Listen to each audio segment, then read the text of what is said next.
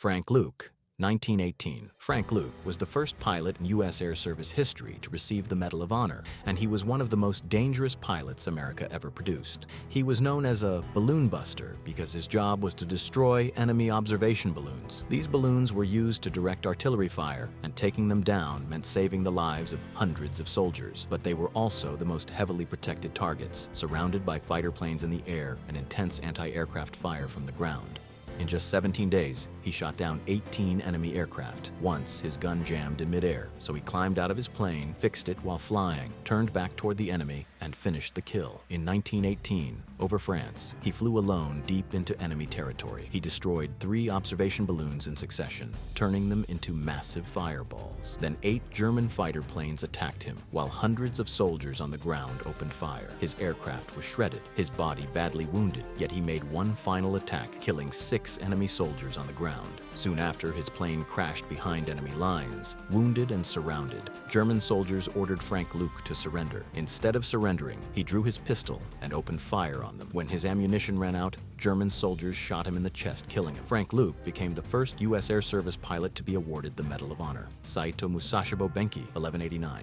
Benkei was one of the most terrifying warrior monks in Japanese history. He was so massive and powerful that people were afraid just by looking at him. It was said he could crush a man's skull with his bare hands. He was a Buddhist monk, but not a peaceful one. His monastery couldn't handle him and eventually expelled him. After that, he pledged loyalty to the only man who ever defeated him, the great samurai Minamoto no Yoshitsune. When a political power struggle declared Yoshitsune a traitor, he knew the end had come. He chose to die with honor by committing seppuku, but seppuku takes time. So Yoshitsune gave Benkei one final order: guard the gate while I do this. Benkei stood on the bridge, gripping his naginata, and challenged the entire enemy army. Anyone who stepped forward had their head or body sent crashing into the water below. Eventually, the enemy stopped trying to fight him with swords and began raining arrows upon him. Arrow after arrow struck him. 1, 10, 20. Yet he remained standing. When the soldiers finally approached, they realized the truth. Benkei had died standing upright. His body was pierced with arrows, but his spirit never broke. Yoshitsune was able to die with honor because Benkei fulfilled his duty. Even today, Benkei's name is remembered as immortal in history. The Viking at Stamford Bridge, 1066 AD.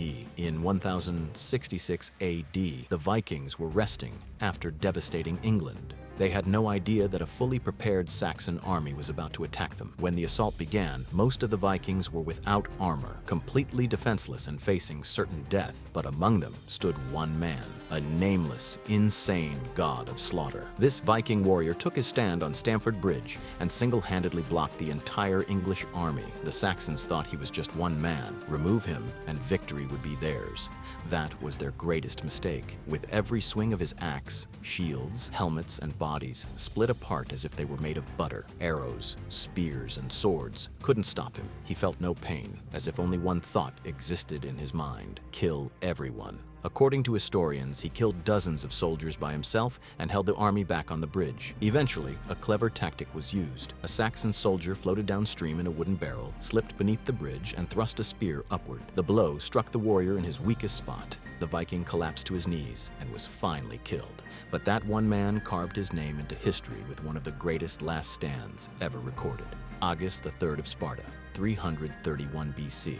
In 338 BC, when Agis III became king of Sparta after his father's death, Alexander the Great was campaigning in Persia against King Darius. Agis saw this as the perfect opportunity and launched a rebellion against Macedonian rule. He united anti-Macedonian Greek leaders, raised an army, invaded Crete, and began marching toward Athens. Alexander responded by sending his most experienced general with 40,000 soldiers to crush Sparta. The two armies met outside Megalopolis in one of the largest battles of the classical Greek era. Although Agis's army was nearly half the size of the enemy's, he refused to retreat. He charged ahead of his men, fighting like a madman. With his Spartan blade, he cut down enemy after enemy, even as he suffered severe wounds to his chest, head, and legs. Believing him dead, his guards placed him on a shield and tried to carry him from the battlefield. But Agis remembered he was not an ordinary man, he was the king of Sparta.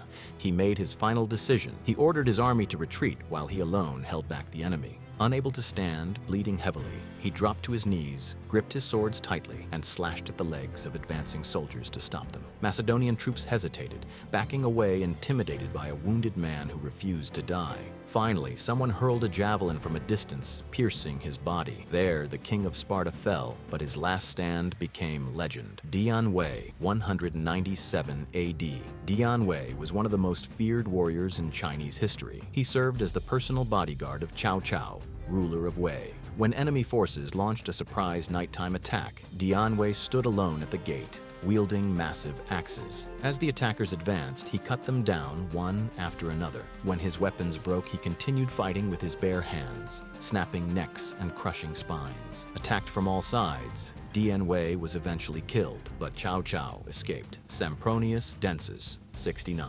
OD. Sempronius Densus was a veteran Roman soldier serving as an imperial guard during the reign of Emperor Galba. He took his duty seriously. When thousands of mutinous soldiers marched forward to kill the emperor, everyone else fled, everyone except Densus. He had no personal loyalty to Galba and nothing to gain. He simply knew his duty. Standing alone before the mob, he raised his centurion's staff and ordered them to stop. When they ignored him, he drew his dagger and charged straight into the crowd. For a long time, he fought alone against thousands of men. Eventually, he was struck from behind and killed. The emperor was murdered as well, but Sempronius Densus became a symbol of Roman courage and duty. Even today, the names of these warriors are spoken with respect in history.